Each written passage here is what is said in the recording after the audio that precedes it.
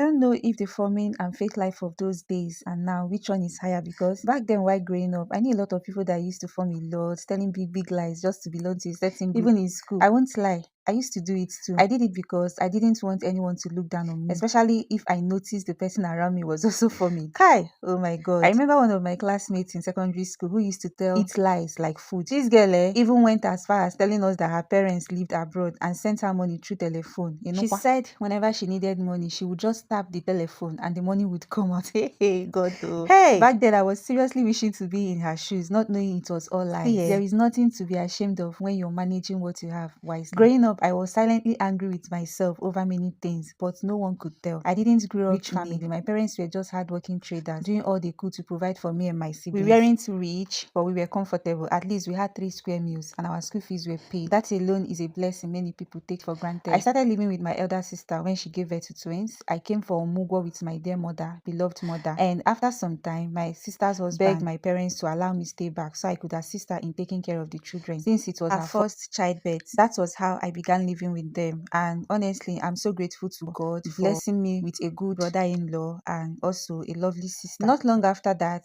my mother passed away. That moment changed everything. My dad had to take on the roles of both father and mother, while my sister and her husband continued doing all they could to support me and make sure I finished my primary and secondary school education. Well, it wasn't easy at all. There were so many things I wanted to do: hang out with friends, wear the finest clothes, go to exciting places, but I never had that luxury. Sometimes I felt really bad and ashamed. I would look at my mates at the time, the beautiful clothes they wore, and I wish I could do or have even half the things they enjoyed. But despite all that, I lacked and wished there was one thing I promised myself: I would never live a life of discontentment. In summary, being poor or unable to afford some things should never make you go against moral and ethical values. You don't need to have everything others have to live a meaningful life. I learned to embrace what I had, avoid pressure, and stay grounded. But I didn't quite understand all this earlier. There was a time I would lie just to avoid being looked down on. But as I matured and aged with grace, I realized it's not worth it at all. When you lie, you will need more lies to cover up. And before you know it, it becomes a habit. So if you find yourself in my shoes, please stop it. Embrace your current situation or reality, but do not get too comfortable with it. Strive to work hard while praying earnestly to God help you actualize your dreams, and also send you good people your way. People who will not rest until God's purpose in your life is achieved. That is what I call destiny helpers, or what you call destiny helpers. When I realized that originality begins with self-awareness, I chose peace over pretense, contentment over competition, and gradually began to understand that true wealth is peace of mind and gratitude. I deliberately avoided anything or anyone that made me feel like I had to do too much just to belong or be accepted. Okay, I stay true to myself now while praying to God one day bless me enough to